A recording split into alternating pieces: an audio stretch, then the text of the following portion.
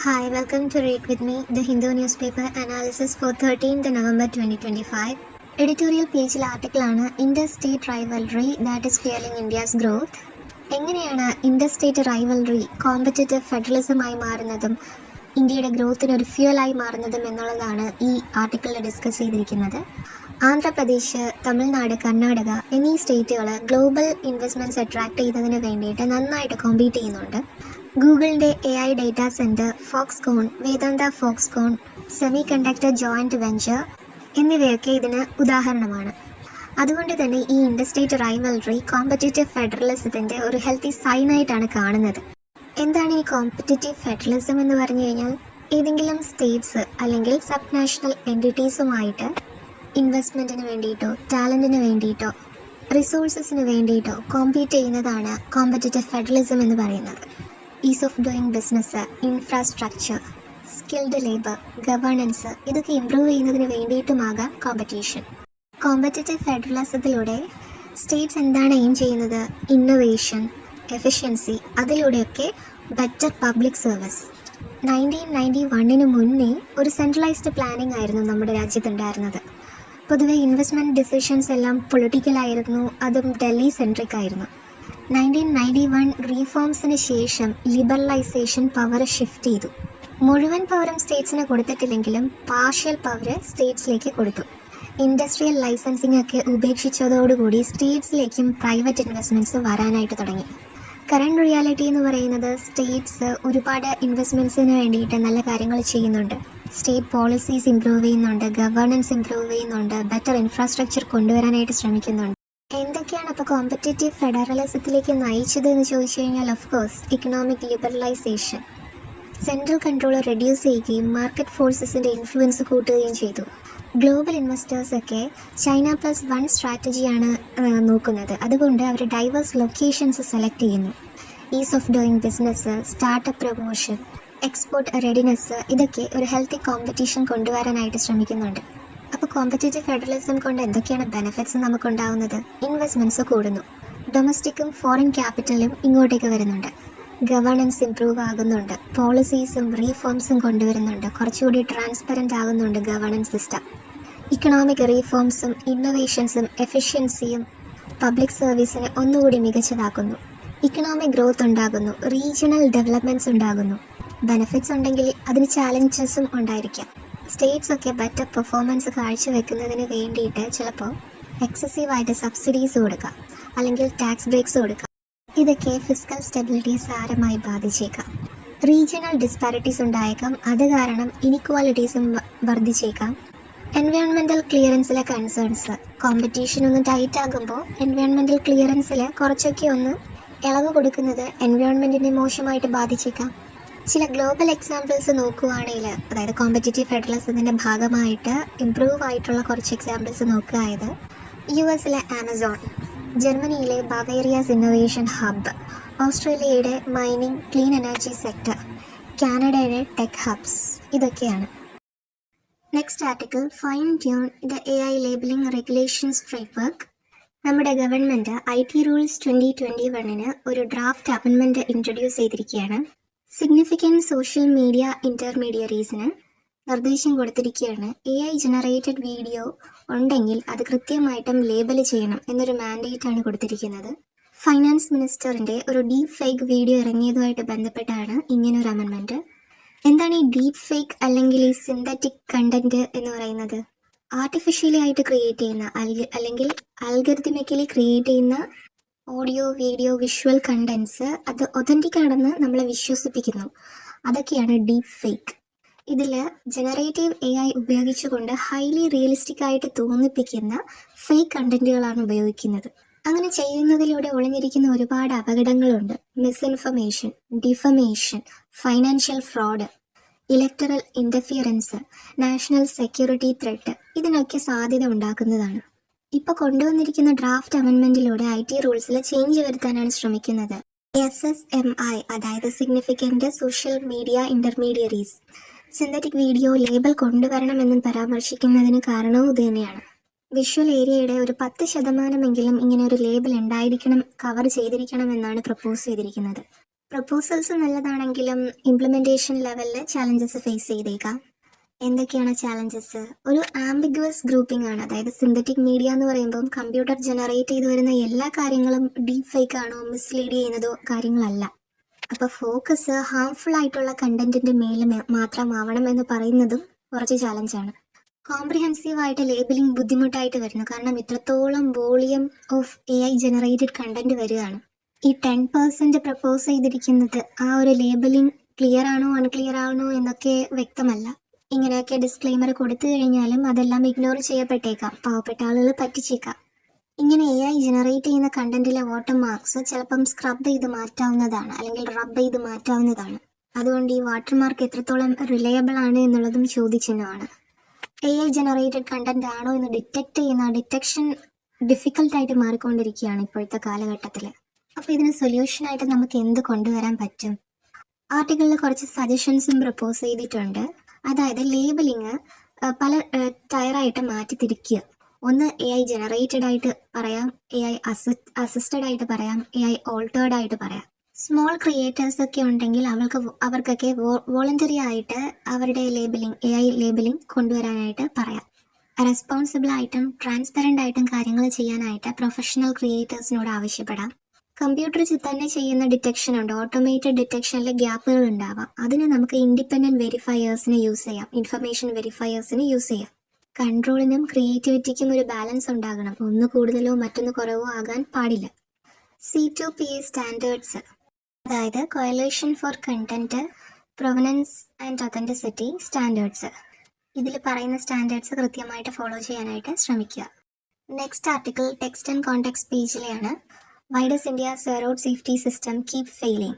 2023 ഇന്ത്യയിൽ 1.7 ലക്ഷം road crashes ആണ് റെക്കോർഡ് ചെയ്തിരിക്കുന്നത്. സുപ്രീം കോടതി ഇതുപോലെയുള്ള മാസ് കാഷ്വാലിറ്റി ഇൻസിഡൻസിന് നോട്ടീസ് ചെയ്തിട്ടുണ്ടായിരുന്നു. ഈ ആർട്ടിക്കിൾ ഹൈലൈറ്റ് ചെയ്യുന്നത് ലൈസൻസിങ് സിസ്റ്റത്തിൻ്റെ ഫെയിലിയറും അതിൻ്റെ എൻഫോഴ്സ്മെൻറ്റും, ഇൻഫ്രാസ്ട്രക്ചർ, ട്രോമ കെയർ, ഇതെല്ലാം പുവർ റോഡ് സേഫ്റ്റിക്ക് കാരണമാണ് എന്നുള്ള കാര്യമാണ്. റോഡ് സേഫ്റ്റിയുമായിട്ട് അനുബന്ധപ്പെട്ടിട്ട് ആർട്ടിക്കിളിൽ ഹൈലൈറ്റ് ചെയ്തിരിക്കുന്ന കീ പ്രോബ്ലംസ് ഏതൊക്കെയാണെന്ന് വെച്ചാൽ, ഒന്ന് ലൈസൻസിലെ പ്രശ്നങ്ങളും ട്രെയിനിങ്ങുമാണ്. ഫോർമൽ ട്രെയിനിങ് ഒന്നും കൂടാതെ തന്നെ ലൈസൻസ് കിട്ടുന്നു. ഡ്രൈവിംഗ് ടെസ്റ്റ് അത്രയ്ക്ക് ഫങ്ഷണൽ ആണോ എന്ന ചോദ്യം. കൊമേഴ്ഷ്യൽ ഡ്രൈവേഴ്സിന് സേഫ്റ്റി ട്രെയിനിങ് സ്ട്രക്ചേർഡായിട്ട് നൽകുന്നില്ല. ഒരു ഡ്രൈവറിൻ്റെ സ്കില്ലിനോ ഫിറ്റ്നസ്സിനോ ലൈസൻസ് കിട്ടിക്കഴിഞ്ഞതിന് ശേഷമുള്ള അലേർട്ട്നെസ്സിനെ കുറിച്ചോ യാതൊരു ചെക്കിംഗ് സംവിധാനങ്ങളും ഇല്ല. രണ്ടാമതായി പറയുന്നത് ഇത്രയും റോഡ് ക്രാഷ് വരുന്നതിന് കാരണം വീക്ക് എൻഫോഴ്സ്മെന്റ് സിസ്റ്റമാണ് നിലവിലുള്ളത് എന്നതാണ്. മാനുവൽ പോലീസിംഗ് ഉണ്ട്, പക്ഷെ അത് ഇൻകൺസിസ്റ്റന്റ് ആണ്, അല്ലെങ്കിൽ റിസോഴ്സ് സ്ട്രെയിൻഡ് ആണ്. ടെക്നോളജിയുടെ കവറേജിന് ലിമിറ്റ്സ് ഉണ്ട്. ഓട്ടോമേറ്റഡ് ക്യാമറാസ് ആണെങ്കിലും ഡിജിറ്റൽ ചലാൻസ് ആണെങ്കിലും ഒക്കെ. ഡേറ്റ ഇൻ്റഗ്രേഷനും പെനാൽറ്റി റിക്കവറിയും ഒക്കെ വളരെയധികം പുവറാണ്.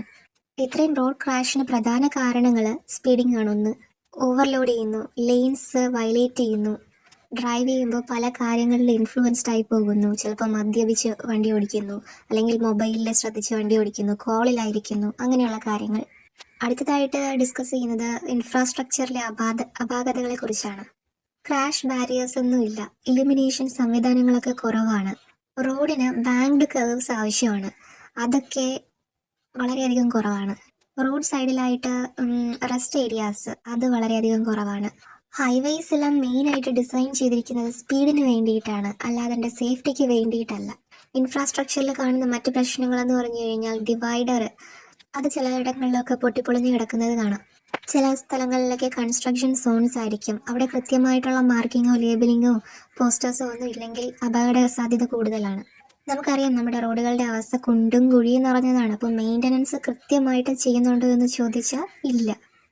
അർബൻ ഏരിയാസിൽ പെഡസ്ട്രിയൻസിന് അവർക്ക് വോക്ക് ചെയ്യാനായിട്ടുള്ള സംവിധാനങ്ങൾ വളരെ ചില ഭാഗത്തുണ്ടെങ്കിൽ ചില ഭാഗത്ത് ആബ്സെൻ്റ് ആയിരിക്കും. ചില ഭാഗത്ത് നടന്നു പോകുന്ന വാക്കിംഗ് ഏരിയയിൽ തന്നെ കുറേ കുഴികളും സംഭവങ്ങളും ഒക്കെ കാരണം അത് വളരെ ബുദ്ധിമുട്ടാണ്. റോഡിലേക്ക് ഇറങ്ങി നടക്കേണ്ട അവസ്ഥ വരാറുണ്ട്. അടുത്തതായിട്ട് ഹൈലൈറ്റ് ചെയ്ത് പറഞ്ഞിരിക്കുന്ന കാര്യം ട്രോമ കെയറിനെ കുറിച്ചാണ്. എന്തെങ്കിലും ആക്സിഡൻറ്റ് നടന്നു കഴിഞ്ഞാൽ, ക്രാഷ് സംഭവിച്ചു കഴിഞ്ഞാൽ ഗോൾഡൻ അവർ എന്ന് പറയുന്ന ഒരു സമയമുണ്ട്. ആ സമയത്തിനുള്ളിൽ നമ്മൾ കൃത്യമായിട്ട് എവിടെയെങ്കിലും ഹോസ്പിറ്റലിൽ എത്തിച്ചിട്ടില്ല എന്നുണ്ടെങ്കിൽ ചിലപ്പോൾ അങ്ങനെ ഒരുപാട് പേര് ജീവിതത്തിൽ നിന്ന് മരണത്തിലേക്ക് പോയിട്ടുണ്ട്. നെറ്റ്വർക്ക്, ആംബുലൻസ് നെറ്റ്വർക്ക്, അതിൻ്റെ അവൈലബിലിറ്റിയും അതിൻ്റെ എഫിഷ്യൻസിയും അത് എത്രത്തോളമാണെന്നുള്ള ചോദ്യം. റൂറൽ ഏരിയാസിൽ ഇതുപോലെ ആക്സിഡൻസോ ക്രാഷോ നടന്നു കഴിഞ്ഞു കഴിഞ്ഞാൽ പെട്ടെന്ന് നമുക്ക് എവിടെ എത്തിക്കാനായിട്ട് കഴിയും, കെയർ എവിടെ കിട്ടും? ക്രാഷ് സൈറ്റിനടുത്ത് ചിലപ്പോൾ ബ്ലഡ് ബാങ്ക് ഉണ്ടാവണമെന്നില്ല, അല്ലെങ്കിൽ ട്രോമ സ്പെഷ്യലിസ്റ്റിൻ്റെ അഭാവം, റെസസിറ്റേഷൻ ഫെസിലിറ്റീസ് അതൊന്നും ഇല്ലായിരിക്കാം. ഇപ്പോൾ പറഞ്ഞ കാര്യങ്ങളെല്ലാം ഓരോന്നും ഹാൻഡിൽ ചെയ്യുന്ന പല ഡിപ്പാർട്ട്മെൻറ്റ്സ് ആയിരിക്കാം. അതായത് ലൈസൻസിങ്ങിനാണെങ്കിൽ ഒരു ഡിപ്പാർട്ട്മെൻറ്റ്, ഇൻഫ്രാസ്ട്രക്ചറിന് വേറൊരു ഡിപ്പാർട്ട്മെൻറ്റ്, ട്രോമ കെയറിന് വേറൊരു ഡിപ്പാർട്ട്മെൻറ്റ്. ഉറപ്പായിട്ടും അങ്ങനെയാണ്. അപ്പോൾ ഇതെല്ലാം കോർഡിനേറ്റ് ചെയ്തുകൊണ്ടുള്ളൊരു അപ്രോച്ച് അതിൻ്റെ അഭാവമുണ്ട്. ഇത്രയും കാര്യങ്ങൾ ഡിസ്കസ് ചെയ്യുന്നതിൽ നിന്നും നമുക്ക് എന്ത് സൊല്യൂഷനിലേക്ക് എത്താം? ലൈസൻസിങ് സിസ്റ്റം അത് കുറച്ചുകൂടി ഒന്ന് സ്ട്രെങ്തൻ ആക്കുക. റോബസ്റ്റ് ഫിൽട്രേഷൻ പ്രോസസ്സ് വേണം ലൈസൻസിങ്ങിൻ്റെ കാര്യത്തിൽ. കൃത്യമായിട്ടുള്ള ട്രെയിനിങ്ങും റിഗറസ് ടെസ്റ്റുകളും ഇല്ലാതെ ലൈസൻസിങ് കൊടുക്കുന്ന രീതി അങ്ങ് ഒഴിവാക്കുക. കൊമേഴ്ഷ്യൽ ഡ്രൈവേഴ്സിനുള്ള ട്രെയിനിങ് സ്റ്റാൻഡർഡൈസ് ചെയ്യുക. ടെക്നോളജി ഉപയോഗിച്ചിട്ടുള്ള ഓട്ടോമേറ്റഡ് സിസ്റ്റത്തിൻ്റെ കവറേജ് ഇംപ്രൂവ് ആക്കുക, കുറച്ചുകൂടി ഒന്ന് അതിൻ്റെ ഉപയോഗം കൂട്ടുക. റോഡ് ഡിസൈൻ ചെയ്യുമ്പോൾ തന്നെ സേഫ്റ്റിയെ പ്രയോറിറ്റൈസ് ചെയ്യുക. ഇവിടെ ഒരു എക്സാമ്പിളായിട്ട് പറയാവുന്നത് മുംബൈ പൂനെ എക്സ്പ്രസ് വേയിലെ സീറോ ഫേറ്റാലിറ്റി കോറിഡോർ പ്രോഗ്രാം ഉണ്ട്. റോഡ് ഇൻഫ്രാസ്ട്രക്ചറിലെ മെയിൻ്റനൻസ് ഗ്യാപ്സ് അത് ഒഴിവാക്കുക. കൃത്യമായിട്ടുള്ള മെയിൻ്റനൻസ് പണികൾ കൊണ്ടുവരിക. പെഡസ്ട്രിയൻ ഇൻഫ്രാസ്ട്രക്ചറിൽ ഫോക്കസ് ചെയ്യുക. ആൾക്കാർക്ക് നടന്നു പോകുന്നതിനൊരു സേഫ് സ്പേസ് അത് ക്രിയേറ്റ് ചെയ്യുക. Right to trauma care law, അങ്ങനെ ഒരു ലോ തന്നെ വേണമെങ്കിൽ നമുക്ക് കൊണ്ടുവരാൻ സാധിക്കും. അതായത് ഒരു ക്രാഷ് നടക്കുകയാണെങ്കിൽ ടൈം ബൗണ്ട് ആയിട്ടുള്ള എമർജൻസി റെസ്പോൺസ് നമുക്ക് വേണം. ഒരു കോർഡിനേറ്റഡ് ട്രോമ കെയർ നെറ്റ്വർക്കിൻ്റെയും ആവശ്യമുണ്ട്. റോഡ് സേഫ്റ്റിയുമായിട്ട് ബന്ധപ്പെട്ടിട്ടുള്ള എല്ലാ ഡിപ്പാർട്ട്മെൻറ്റ്സിൻ്റെയും ഒരു കോർഡിനേറ്റഡ് ഇൻ്റഗ്രേറ്റഡ് അപ്രോച്ച് അത് വേണം കൊണ്ടുവരാനായിട്ട്. Next news article. Centre describes explosion in Delhi as terrorist incident, promises justice. Union cabinet റെഡ്ഫോർഡിനടുത്തുള്ള കാർ എക്സ്പ്ലോഷൻ ഒരു ടെററിസ്റ്റ് ഇൻസിഡൻ്റ് ആണെന്ന് ഡിക്ലെയർ ചെയ്തു. അതുകൊണ്ട് തന്നെ ഒരു അർജൻറ്റ് ഇൻവെസ്റ്റിഗേഷൻ ഡയറക്റ്റ് ചെയ്തിരിക്കുകയാണ്. ഇതിൽ പിന്നിലുണ്ടായിരുന്ന കൊളാബറേറ്റേഴ്സിനെയും പെർപെട്രേറ്റേഴ്സിനെയും സ്പോൺസേഴ്സിനെയൊക്കെ ജസ്റ്റിസിൻ്റെ മുന്നിലേക്ക് കൊണ്ടുവരിക എന്നുള്ളതാണ്. ടെററിസത്തിനെതിരെ ഇന്ത്യക്ക് സീറോ ടോളറൻസ് പോളിസിയാണുള്ളത്. അതിനെ റീഅഫേം ചെയ്തുകൊണ്ടാണ് ഇങ്ങനെ ഒരു ഡിക്ലറേഷൻ. ടെററിസം കൊണ്ട് ഉദ്ദേശിക്കുന്നത് എന്താണ്? സിവിലിയൻസിന് നേരെ വയലൻസും ഇൻറ്റിമിഡേഷൻ ടാക്ടിക്സും ഉപയോഗിച്ച് അവരെ ഒന്ന് പേടിപ്പിക്കുക, ഉള്ളിൽ ഫിയർ ക്രിയേറ്റ് ചെയ്യുക, ഗവൺമെൻറ്റ്സിനെ ഡീസ്റ്റെബിലൈസ് ചെയ്യുക, സോഷ്യൽ ഹാർമണിയെ തന്നെ തകർക്കുക.